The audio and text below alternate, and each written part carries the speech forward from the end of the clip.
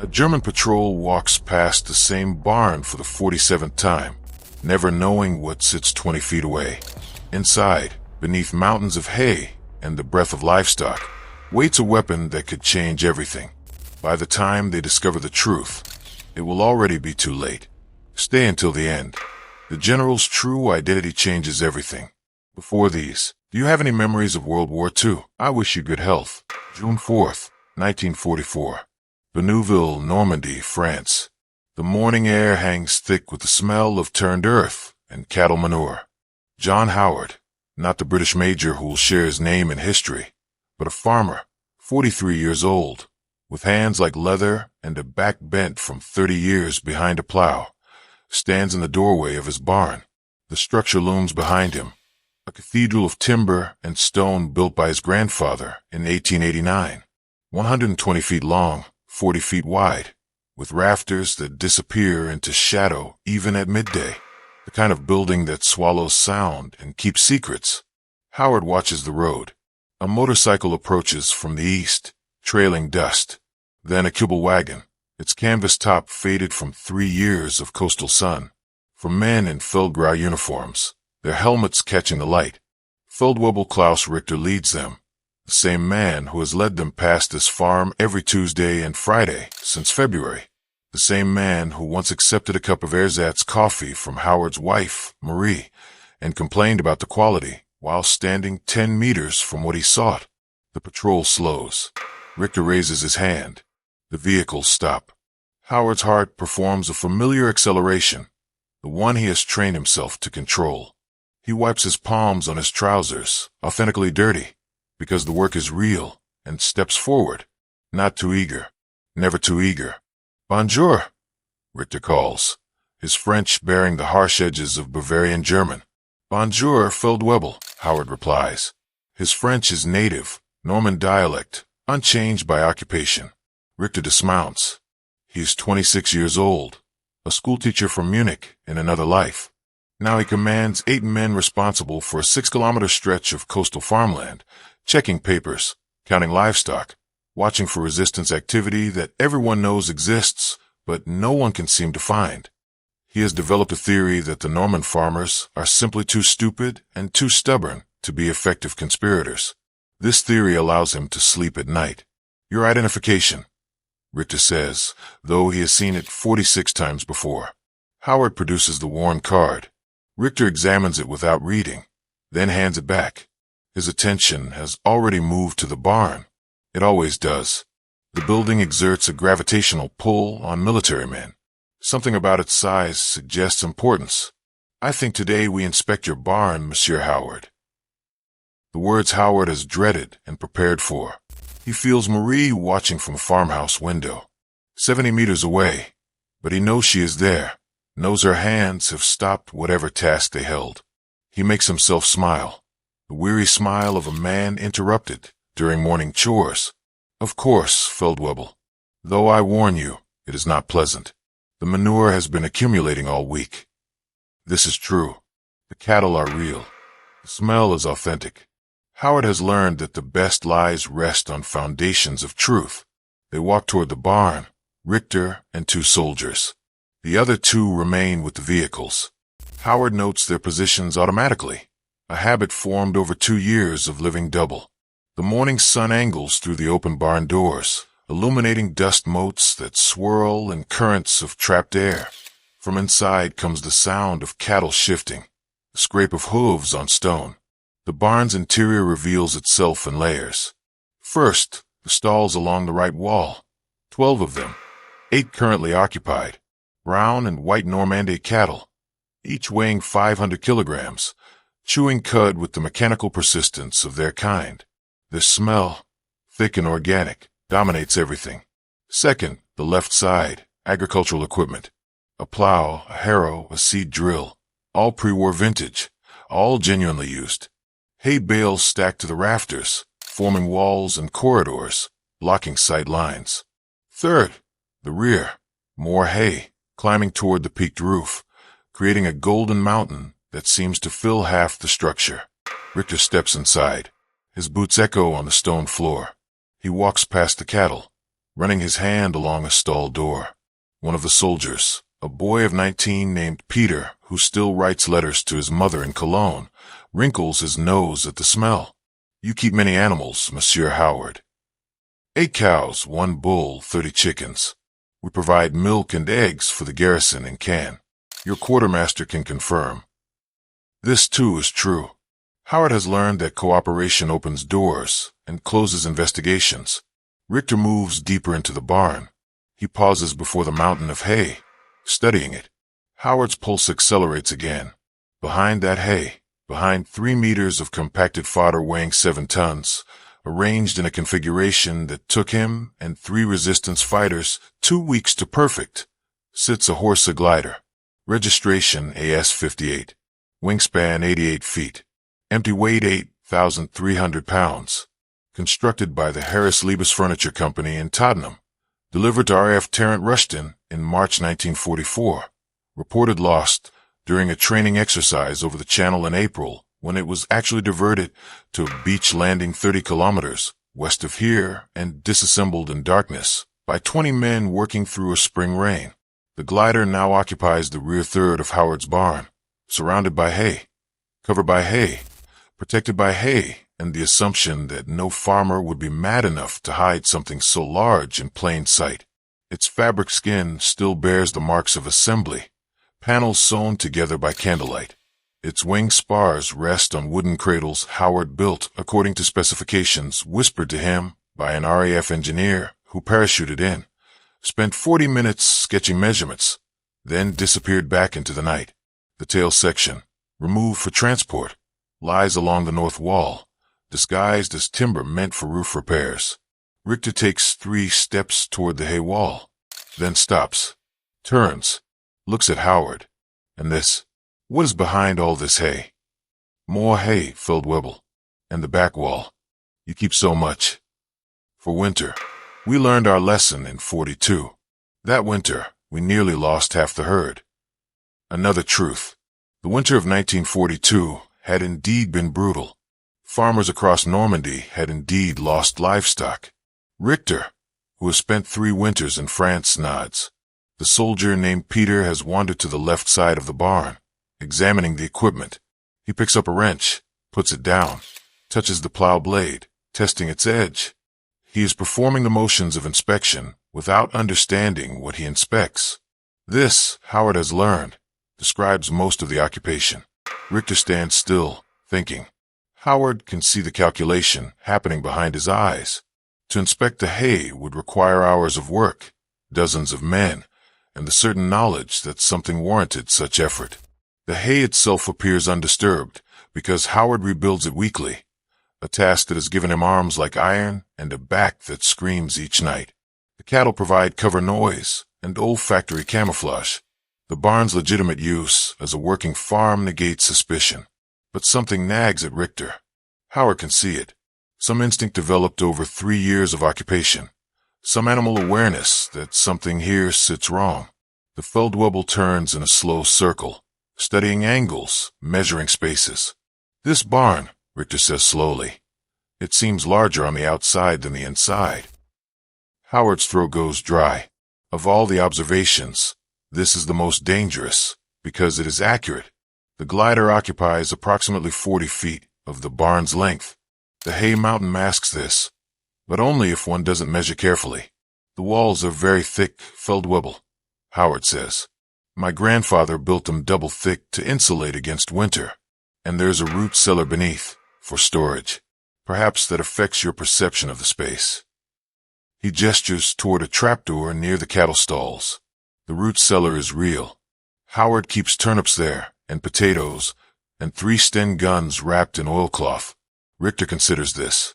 He walks to the rear wall, the real rear wall, not the hay, and places his palm against the stone. Ancient limestone, 2 feet thick, cold even in summer.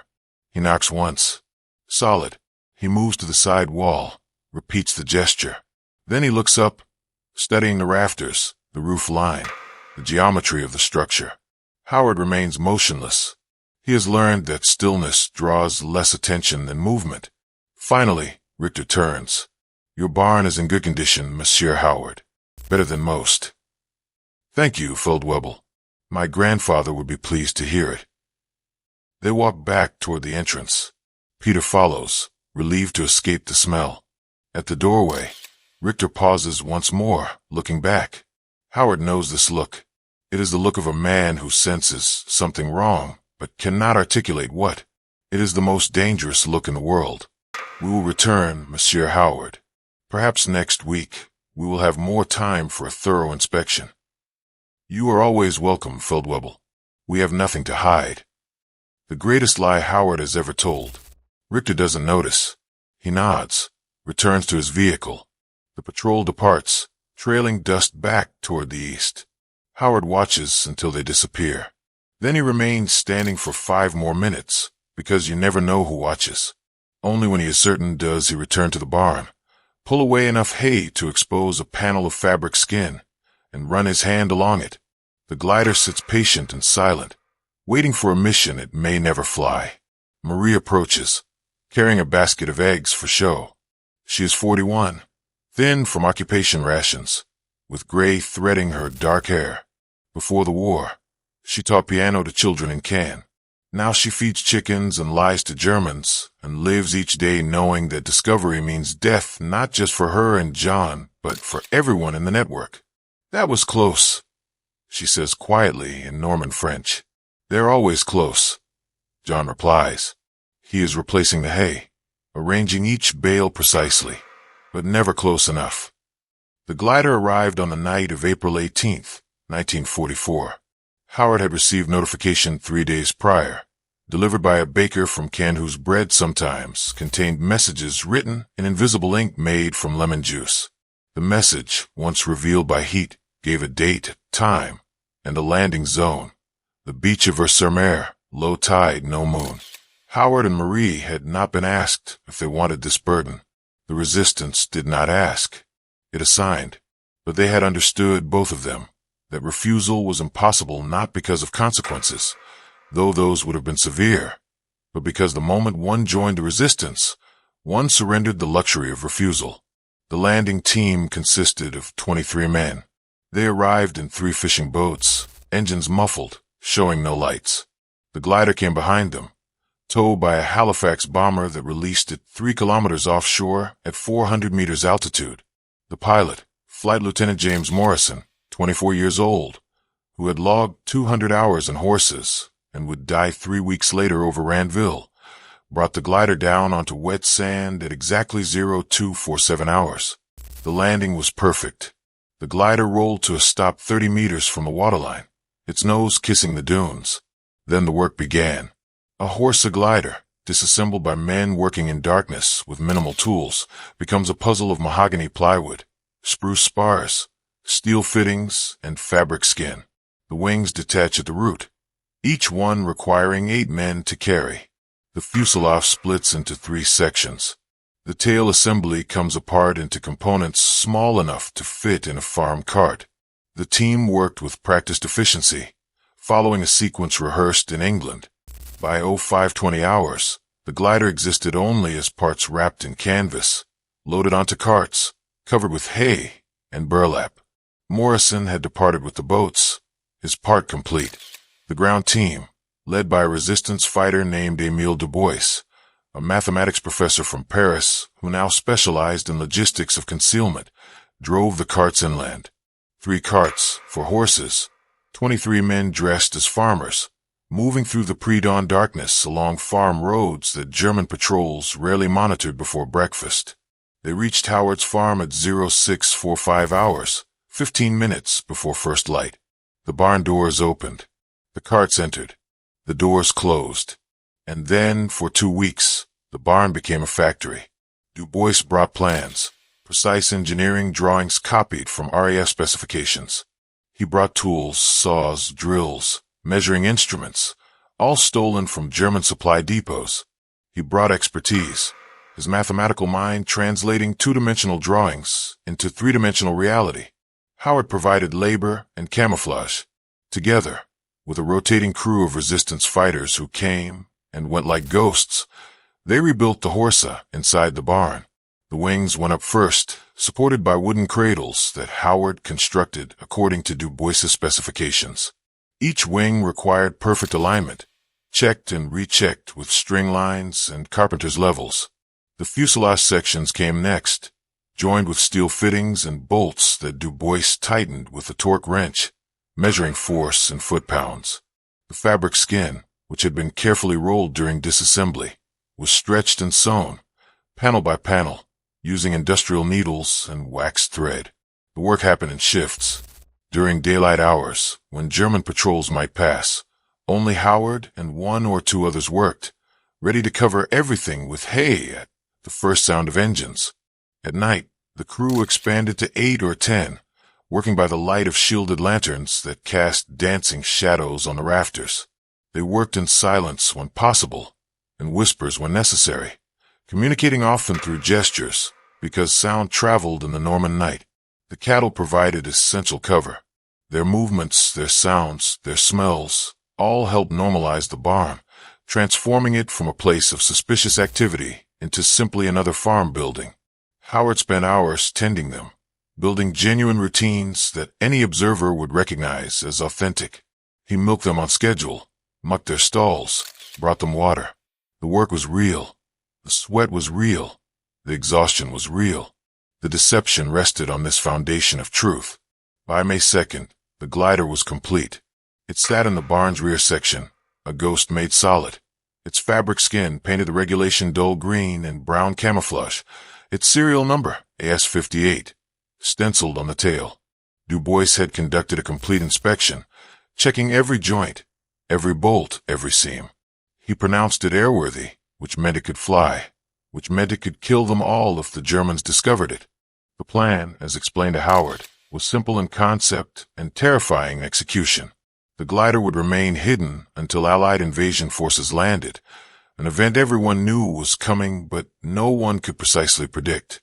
When the invasion began, the glider would provide emergency airlift capability for resistance operations, evacuating wounded, transporting key personnel, delivering supplies to isolated units.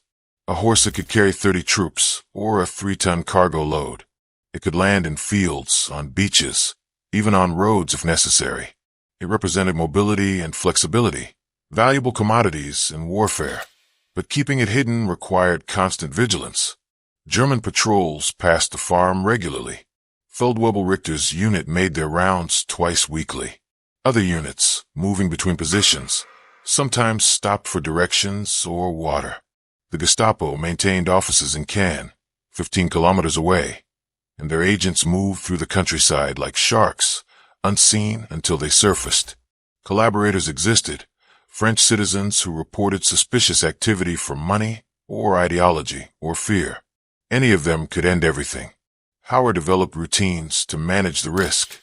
He stacked hay to create visual barriers, then reinforced them weekly to maintain appearance of undisturbed storage. He kept detailed logs of his milk and egg production, records that would satisfy any German quartermaster's inspection. He maintained the barn's working equipment in genuine operational condition, because tools that showed no were suggested tools that were never used, and in used tools suggested a farmer who had time for other activities. He cultivated a persona, dull, compliant, focused on simple things like weather and feed prices and the health of livestock. Germans, he learned, relaxed around stupidity. They expected French farmers to be ignorant peasants, and Howard gave them exactly what they expected. Marie played her role with equal skill.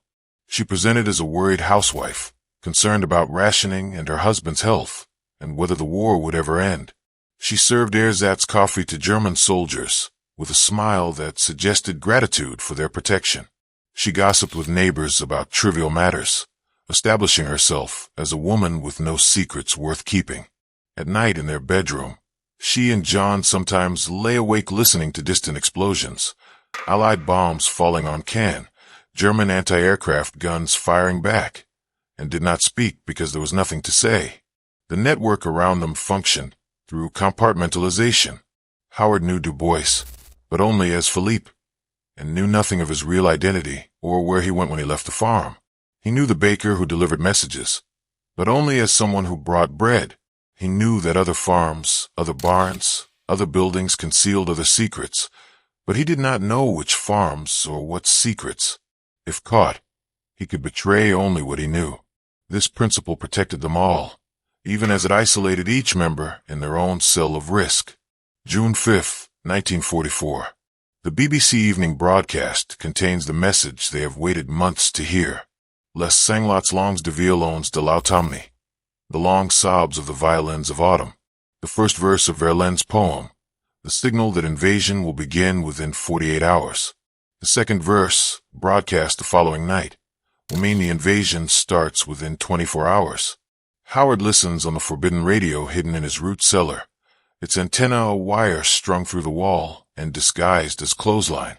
Marie stands guard upstairs, watching the road. When the broadcast ends, Howard returns to the farmhouse and nods once. They speak no words. Words can be overheard. That night, Howard lies awake, calculating. The glider is ready. The plan is clear. But between plan and execution lies a gulf of chaos where everything can go wrong. He thinks about Morrison, the pilot who landed the glider on the beach, probably already dead in some other operation. He thinks about Du Bois, who departed 2 weeks ago and has not returned.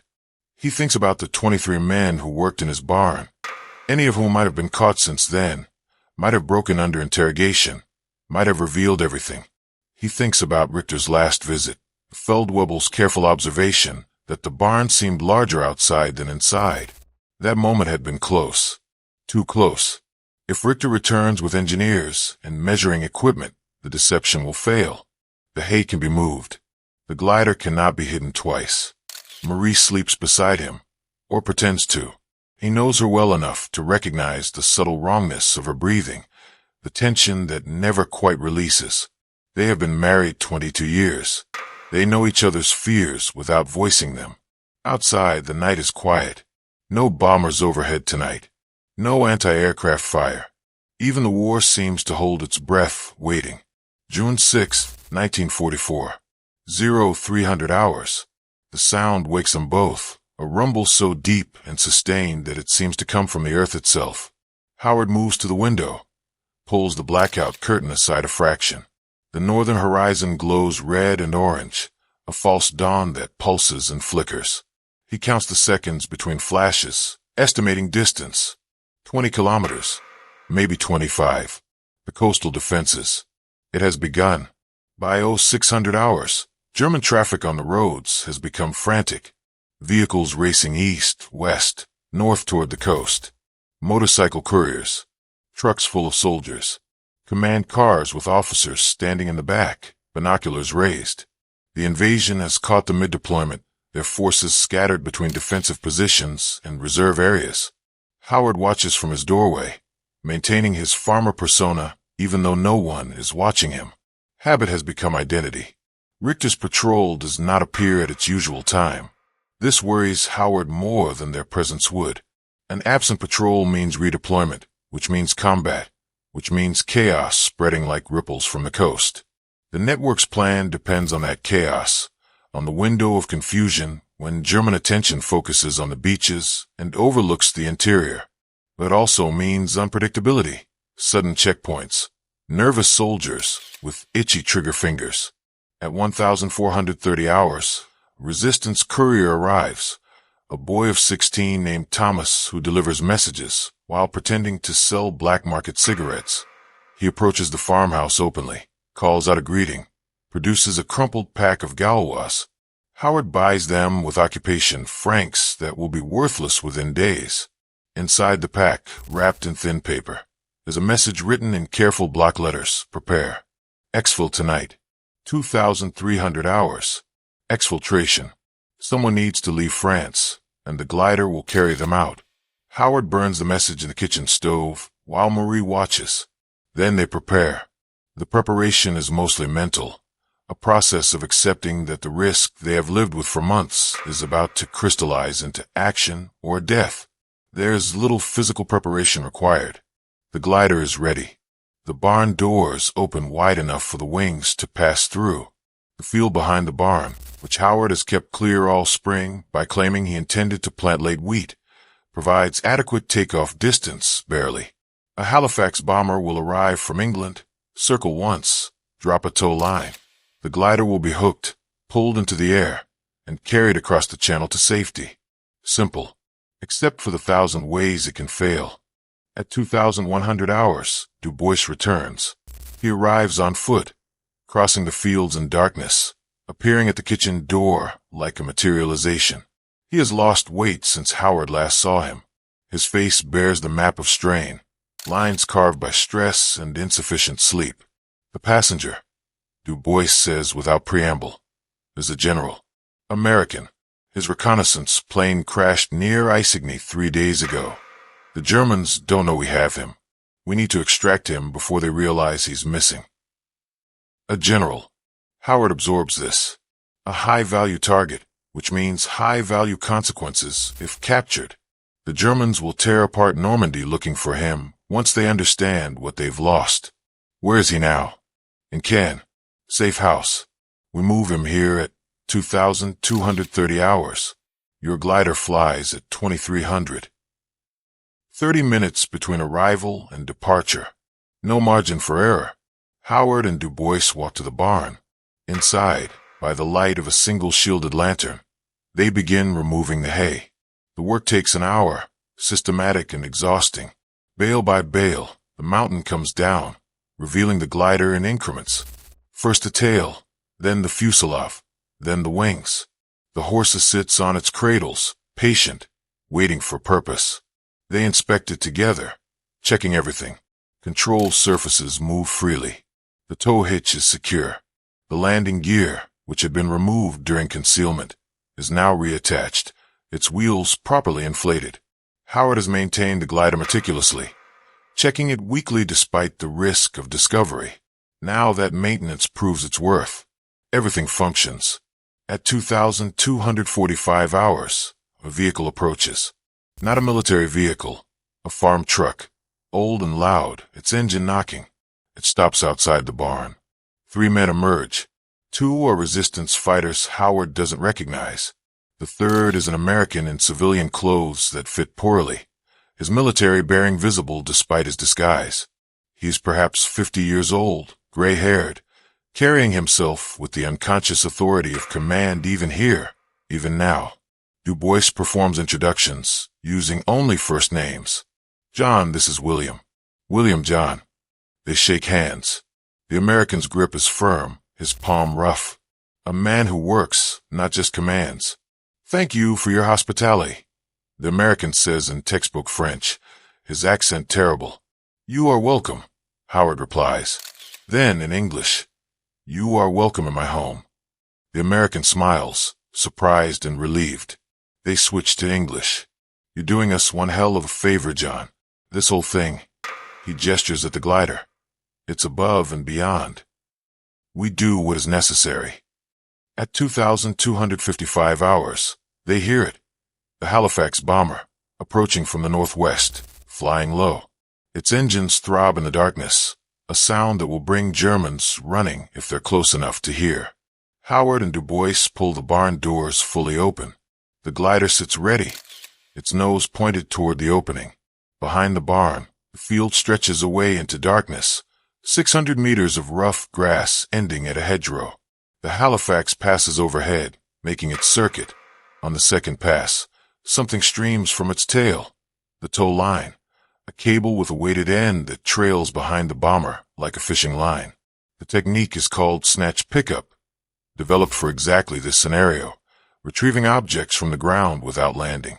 The glider has been fitted with a tow bridle, a Y-shaped assembly that will catch the descending line. Du Bois and the 2 resistance fighters position themselves at the glider's nose, ready to guide it forward. Howard takes position at the tail, ready to release the wheel chocks.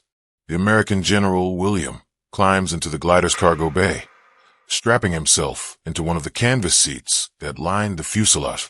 The Halifax makes its third pass. The tow line descends, visible in the moonlight as a thin silver thread. It dangles 10 meters above the ground, 15, 20. The bomber's pilot is flying by instinct and prayer, unable to see the ground clearly, relying on the navigator's calculations. Now, Du Bois shouts. They push. The glider rolls forward, crossing the barn threshold, entering the open field. The wheels find the grass, bouncing slightly on the uneven ground. Howard runs alongside, keeping pace, feeling the massive weight of the aircraft, its inertia and fragility both. The tow line continues to descend. 40 meters behind them. 30. 20. The Halifax pilot has judged the approach perfectly. The weighted end of the tow line, a canvas bag filled with sand, hits the ground directly in the glider's path. The glider's tow bridle catches the line. There's a moment of tension as the cable runs through the bridle's mechanism, a moment when Howard thinks the physics won't work, when the glider will tip or the line will snap or the bomber will stall. Then the connection locks. The tow line goes taut. The glider lurches forward. Acceleration happens faster than Howard expects. One moment the glider is rolling at walking speed. The next it's moving faster than a man can run. The resistance fighters fall away, unable to keep pace. Howard releases the tail, watching the glider surge forward into darkness. Its wheels bounce across the rough field, once, twice, then lift. The glider is flying, climbing at a steep angle as the Halifax pulls it upward and forward, away from the field, away from France, toward England and safety. The entire pickup has taken 90 seconds. They stand in the field, watching until the glider disappears into darkness and the bomber's engines fade to silence. Then they run, back to the barn, where they begin rebuilding the hay wall, working with desperate speed because dawn approaches, and with dawn will come patrols and questions about the noise and the lights and everything that happened here. By 0400 hours, the barn looks much as it did before. The hay is replaced, not perfectly but adequately. The cattle, disturbed by the night's activities, have settled. The tracks in the field will be explained as late plowing, a farmer's decision to work by moonlight rather than waste daylight. Du Bois leaves before sunrise, vanishing back into the network. Howard and Marie return to their farmhouse, to their bed, to the pretense of sleep. They lie in the darkness, listening to the sounds of war growing louder from the north, knowing that everything has changed and nothing has changed, and that tomorrow, or the next day, or the day after, Richter will return and will ask questions and will need answers. June 7th, 1944. The German army is in retreat, though they don't yet call it that. They call it tactical repositioning and defensive consolidation, and a dozen other euphemisms that mean the same thing. The Allies are sure the invasion has succeeded, and the war is coming inland. Richter appears at 1100 hours, his uniform dusty, his face drawn with exhaustion. He brings 4 soldiers instead of 2. They look like men who haven't slept, who have seen things they can't forget, who understand that something fundamental has shifted. Monsieur Howard, Richter says. His voice carries a new edge, something brittle. Last night, did you hear anything unusual? Vehicles? Aircraft? Howard considers his answer carefully. The truth is always safer than a lie, when properly selected. Aircraft, yes, Feldwebel. Many aircraft. We heard them all night. The bombing from the north. Nothing else? No activity here on your farm? No, Feldwebel. We stayed inside. It seemed safer. Richter studies him. The Feldwebel's instincts, which have kept him alive through 3 years of occupation, are screaming now. Something happened here. He knows it the way a hunter knows when prey is passed, even without seeing tracks. But knowing and proving are different things. I want to inspect your barn again. They walk to the barn together. The same path they've walked 47 times before. Inside, the cattle shift and low. The hay sits piled as it has always sat. The agricultural equipment rests against the walls, unchanged. Everything appears normal because Howard and Marie spent the night making it normal, arranging and rearranging until normalcy became perfect. Richter walks the length of the barn slowly, studying everything. He stops at the hay wall, places his hand against it, pushes. The hay resists solidly. He walks to the side wall, examines the rafters, the roof line, checking again for the spatial discrepancy he noted before. The geometry still seems wrong, but he cannot prove it. One of the soldiers, a corporal named Ernst who participated in the previous inspection, speaks up. Feldwebel, the field behind the barn. The ground is torn up. Fresh disturbance. Richter's attention sharpens. They exit through the rear door. Stepping into the field Howard has kept clear all spring. The grass shows damage, ruts, disturbed earth, the clear signs of something heavy moving across it. Richter kneels, examining the tracks. His fingers trace the patterns, reading them like text. These are recent, very recent. What caused this, Monsieur Howard? Howard has prepared for this question all night. I began plowing yesterday evening, Feldwebel. The almanac says we are late for spring wheat. I worked until dark, then decided to continue by moonlight. The moon was full enough to see by. You plowed at night? During an invasion. Feldwebel, invasions come and go. But if I do not plant, my cows will starve next winter. I am a farmer. I must think of such things. The answer has the weight of truth because it contains truth. Farmers do think this way. Do prioritize survival over current events. Richter wants to disbelieve, but the explanation fits the evidence. The tracks could be from plowing. The timing is suspicious, but not impossible. Richter stands, brushing dirt from his hands. He looks at the barn, at Howard, at the field. His face shows the calculation of a man balancing intuition against evidence, trying to decide which to trust. Monsieur Howard, he says finally, you are either the most dedicated farmer in Normandy, or the most cunning liar. I suspect you are both. Howard says nothing. Silence is safer than protest.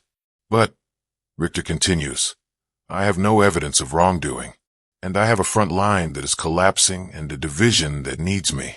So I will say this, whatever you have done, or not done, is between you and God. I do not have time to solve mysteries.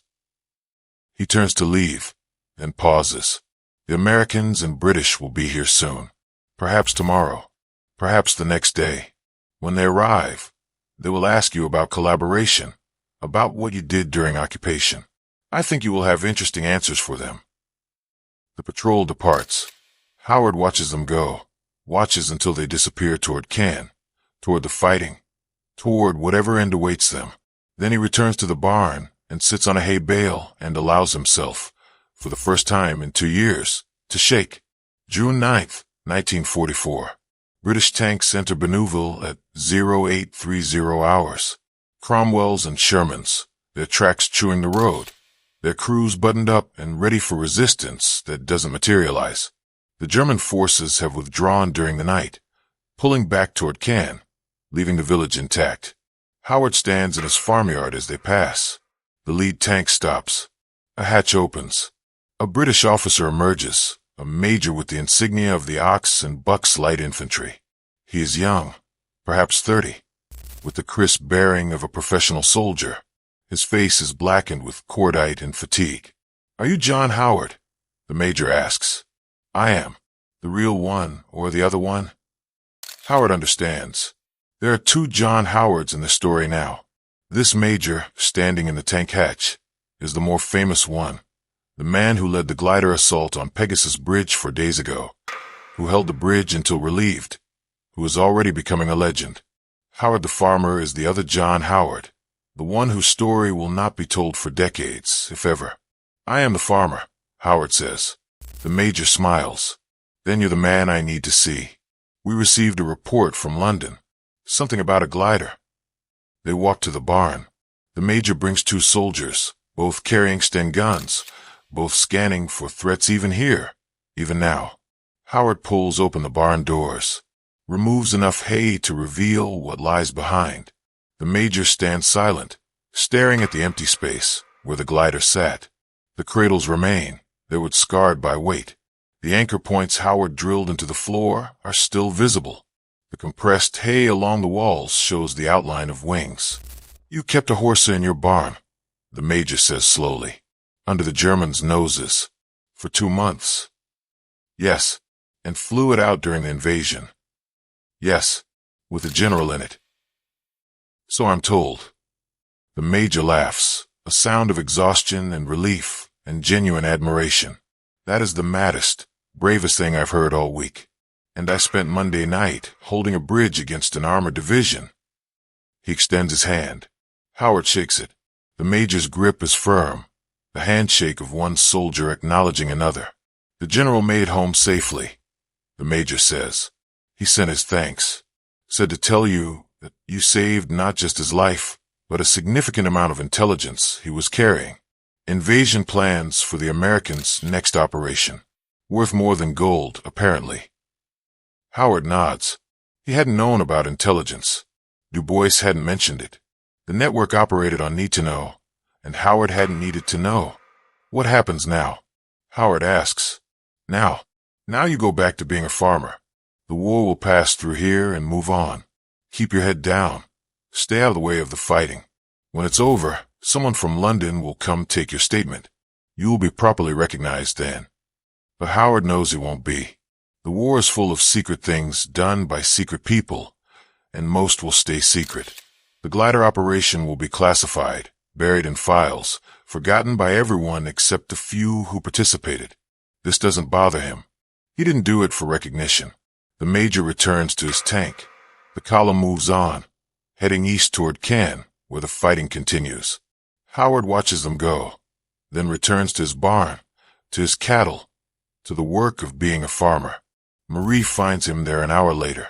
She carries 2 cups of real coffee, given to her by a British quartermaster who had a canteen full of it, and they sit together on hay bales, drinking coffee that tastes like civilization returning. It's over, she says. This part is over, Howard corrects. The war continues. But not here. Not for us. She's right. Their part of the war is finished. The glider is gone, carried to England, and probably already returned to service.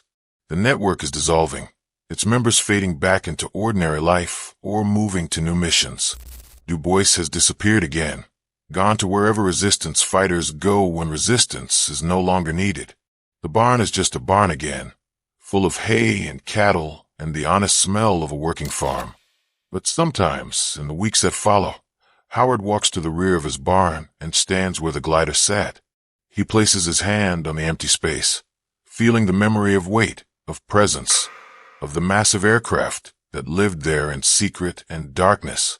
He thinks about Morrison, pilot, who died at Randville and never knew his glider flew one last mission. He thinks about the General William, who carried intelligence across the Channel and into history. He thinks about Richter, the Feldwebel who suspected but couldn't prove, who retreated with his unit and, Howard later learns, died in the Falaise pocket in August. The war moves on. The front line passes north, then east, then crosses into Germany.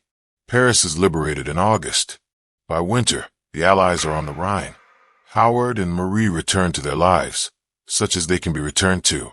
The farm produces milk and eggs. The cattle are sold and replaced. The seasons turn. April 1945.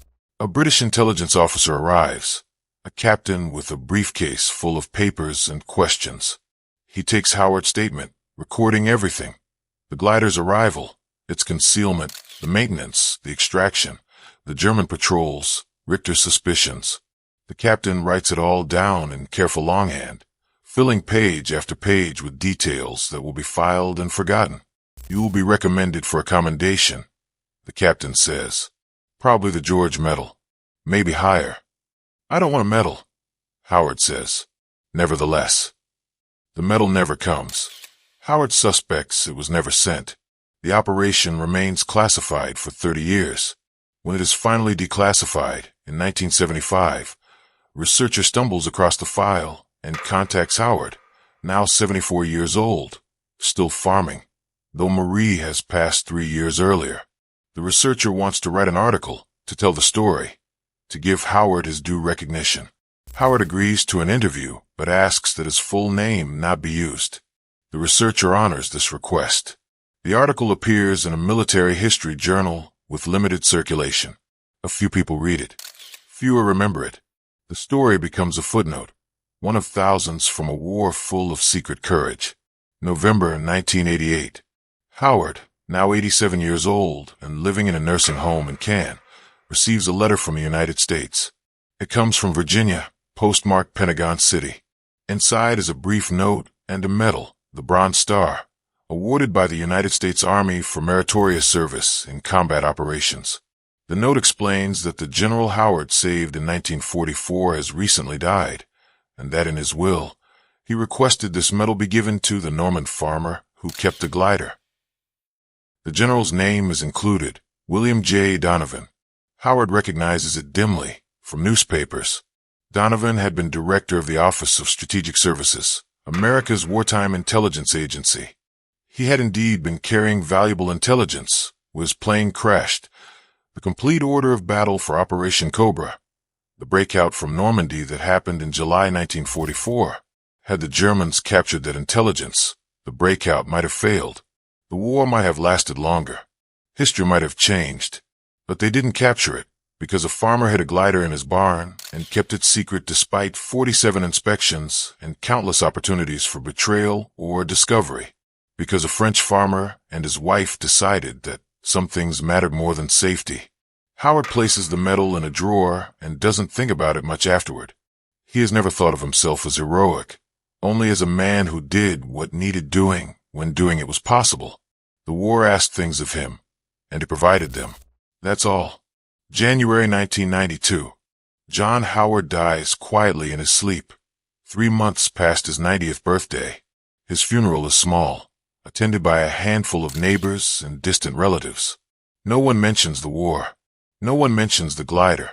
The barn, still standing on a family farm now operated by a nephew, holds hay and nothing else. But in England, at RAF Tarrant Rushton, now a civilian airfield, there stand a memorial to Horsa gliders and the men who flew them. Among the names listed is AS-58, noted as lost during training. April 1944, crew survived. No mention of where it really went, or what it really did, or the farmer who kept it safe. In the Imperial War Museum in London, in a basement storage room, sits a file marked Restricted, Operation Shepherd. Inside are statements, photographs, and technical drawings related to a glider extraction from occupied France. The file has been digitized but remains restricted, not because the information is sensitive anymore, but because bureaucracy moves slowly and no one has bothered to declassify it. And in Benouville, in the same barn where the glider once sat hidden, cattle still stand in their stalls, chewing cud, watched over by a farmer who has never heard the full story of what his uncle did during the war. The barn keeps it secret, as barns do, storing history in the spaces between rafters. What the Germans discovered after liberation was perhaps more shocking than the glider itself. When British intelligence officers examined German patrol records, they found that Feldwebel Richter had filed 47 reports noting his inspections of Howard's farm. In 32 of those reports, Richter had specifically mentioned the barn and his suspicion that something about it seemed wrong. He had requested permission to conduct a thorough search 11 times. Each request was denied by his commanding officer, who considered the matter low priority compared to beach defenses and coastal fortifications. The commanding officer's name was Oberstleutnant Wilhelm von Schell. He survived the war, was captured by British forces in May 1945, and spent 2 years in a POW camp. During his interrogation, he was shown the reports about Howard's farm. He was told what the barn had contained. According to the interrogation transcript, von Schell sat in silence for several minutes, then said, "We walked past it 47 times. 47 times. How do you fight people like that?" The answer, which history provided, was that you don't. You can't. When ordinary people decide to become extraordinary, when farmers transform into resistance fighters, when barns become hangars and milk runs become cover operations, the machinery of occupation breaks down, not because of overwhelming force, but because of countless small acts of courage that accumulate like raindrops until they become a flood. The glider was the symbol, but the real story was the choice. Howard's choice, Marie's choice. The choice of every person in the network who risked everything for something larger than themselves. The Germans could occupy France, could patrol the roads, could inspect the barns, but they could never occupy the space where those choices were made. That space remained free always,